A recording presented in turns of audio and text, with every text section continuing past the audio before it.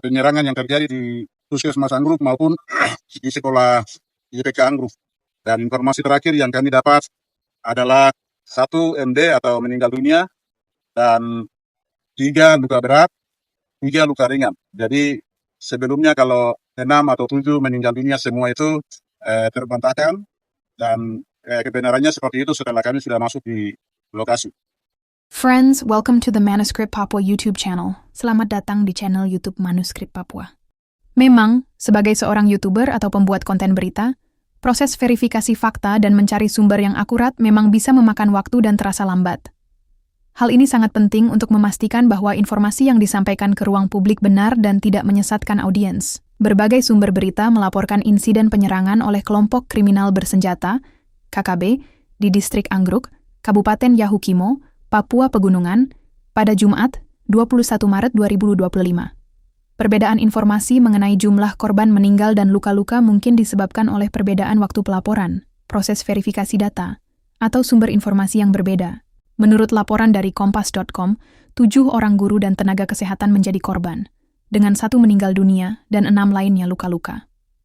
Sementara itu, Pojok 1 mengabarkan bahwa 6 guru meninggal dunia akibat terjebak dalam kebakaran rumah yang dibakar oleh KKB. Perbedaan angka korban dalam laporan-laporan tersebut kemungkinan besar disebabkan oleh proses identifikasi yang masih berlangsung dan keterbatasan akses ke lokasi kejadian.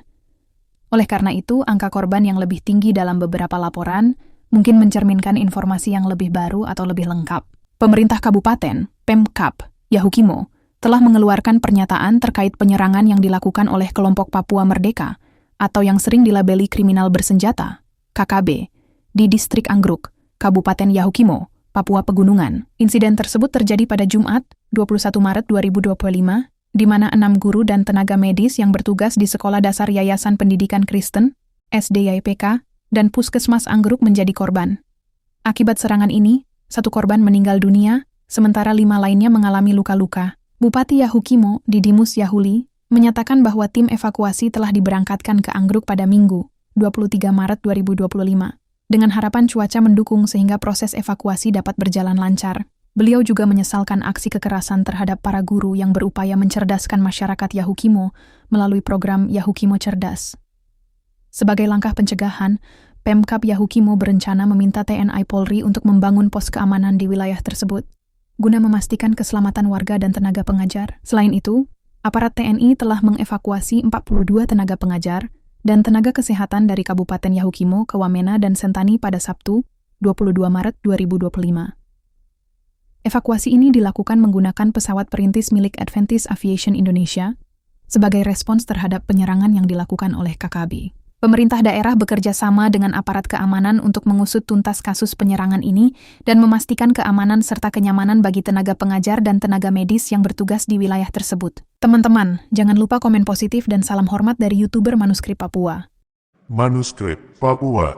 Get ready for the countdown. 3, 2, 1. Baik, pertama-tama dalam segala keadaan kita tetap mengucap syukur kepada Tuhan karena di tengah-tengah kesibukan yang kami lakukan ada juga peristiwa yang mengejutkan terjadi di Anggruk, dan hari Jumat yang lalu kami mendengar ada penyerangan yang terjadi di Puskesmas Anggruk maupun di sekolah YPK Anggruk. Dan hari Sabtu kemarin karena cuaca tidak memungkinkan kami tidak masuk untuk menjemput, tetapi hari ini puji Tuhan, Tuhan kasih cuaca yang baik dan cerah sehingga semua kekuatan digerakkan, baik dari TNI dengan 3 helikopter dan juga dengan pesawat sipil hampir 5 pesawat. Kami sudah masukkan ke Anggruk dan Bupati langsung turun ke lokasi. Dan informasi terakhir yang kami dapat adalah 1 MD atau meninggal dunia dan 3 luka berat, 3 luka ringan. Jadi sebelumnya kalau 6 atau 7 meninggal dunia semua itu terbantahkan dan kebenarannya seperti itu setelah kami sudah masuk di lokasi. Dan karena situasi alat pertolongan kesehatan di sini terbatas sehingga kami minta untuk pilot bawa langsung ke Jayapura untuk mendapatkan perawatan di sana. Ya, kami rasa kehilangan dan turut berduka cita yang sangat mendalam untuk satu tenaga guru yang meninggal dunia, kiranya jasa dan pengabdiannya dan juga semua pelayanan dan juga rohnya diterima di sisi Tuhan Yang Maha Esa, dan dia keluarga yang ditinggalkan semua mendapat penghiburan dari Tuhan. Kemudian hal yang lain yang saya sudah sampaikan adalah ini kejadian luar biasa, karena sejak Injil masuk di daerah itu 86 tahun atau berapa 64 tahun yang lalu, itu tidak pernah kejadian seperti ini. Itu daerah yang aman, daerah yang kami masuk istirahat, berbagi rasa di sana dan juga keluar. Tapi kejadian ini kejadian luar biasa, yang mengejutkan, yang mengecewakan.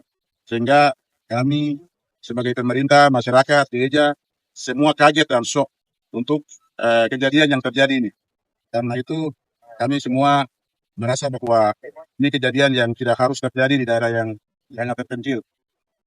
Kemudian yang lain yang perlu semua media rilis adalah mengenai proses perekrutmen guru ini. Guru dan nakes ini bukan mereka guru baru atau nakes baru. Ini guru dan nakes dari 2021. Jadi mekanisme perekrutan itu di media manapun, di forum manapun selalu saya sampaikan, atau Pak Wakil sampaikan, atau Kepala Dinas sampaikan. Ya, mekanismenya adalah yang pertama kita rekrut secara terbuka, tapi persyaratannya adalah satu, wajib itu satu, dia Kristen. Yang kedua, dia sudah terima Yesus sebagai Tuhan dan Juru Selamat pribadi. Yang ketiga, dia sudah dibaptis. Yang keempat, dia mau jadi guru atau tenaga medis misionaris. Begitu. Untuk memenuhi 4 persyaratan ini, kita verifikasi dan juga identifikasi sedemikian rupa sampai dengan 30 hari. Itu kita lakukan itu di Jayapura. Sampai orang tuanya, bapak mamanya, semua kami identifikasi. Sampai dengan temukan bahwa mereka ini betul-betul S1 dari pendidikan atau S2 dari pendidikan, atau orang dari disiplin ilmu lain tapi mau mengajar. Begitu. Itu yang kami lakukan. Dan selama ini, orang-orang bilang nakes atau tenaga guru ini dari TNI atau dari Polri atau dari angkatan manapun, itu kami bantahkan 100%. Bahwa itu tidak benar. Karena proses rekrutmen kami ini adalah terbuka dan semua orang tahu. Setelah kami rekrut sampai dengan sebelum pengutusan itu, pendeta mendoakan mereka dalam satu upacara. Setelah itu mereka tanda tangan juga untuk perjanjian kerjasama. Begitu. Jadi ada di luar sana ada orang-orang yang bicara bahwa mereka ini anggota TNI atau anggota Polri atau anggota keamanan yang mata-mata, itu tidak benar.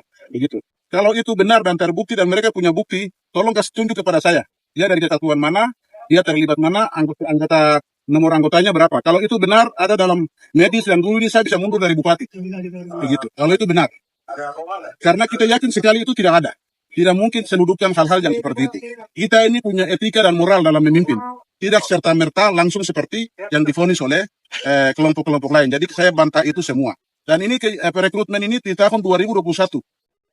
Saya lihat, kalau saya jalan dengan guru-guru lama, ada orang-orang, maaf sekali, bodoh itu terlalu kasar, tetapi paling tidak orang-orang yang tidak tahu baca, tidak tahu tulis, badannya bagus, kesehatannya bagus, tapi otaknya tidak ada isi, sehingga masa depan daerah ini suram. Sehingga harus kasih putus mata rantai, baru kita kasih guru yang lebih siap untuk mengajar, supaya kita regenerasi anak-anak ini untuk lebih siap lagi menghadapi tantangan global yang akan datang. Itu tujuannya. Kalau kita berkutat dengan guru lama, waktu 3 tahun kemarin itu tidak cukup. Waktu 3 tahun itu sama dengan 3 bulan saja. Kalau kita marah, tinggal marah terus, habis bulan marah terus, pergi tugas, tidak akan pernah ada hasil. Karena kebanyakan di kedalaman kita tahu, kalau anak naik kelas, bawa kelinci. Anak mau naik kelas, bawa ayam. Kemudian kalau murid rajin sedikit atau bawa bela kayu, baru bawa untuk Pak Guru, halaman sudah penuh dengan kayu, kok naik kelas. Nah, kalau metode itu, kita kan lulusan yang dari itu. Masa kita sudah pintar, sudah begini, kita mau terapkan pola yang itu lagi dengan adik-adik kita. Teman-teman, terima kasih banyak telah menyaksikan siaran di channel YouTube Manuskrip Papua. Kami sangat menghargai setiap dukungan yang kalian berikan. Tanpa kalian, perjalanan channel ini tidak akan terasa seistimewa ini. Salam dan hormat dari YouTuber Manuskrip Papua. Manuskrip Papua.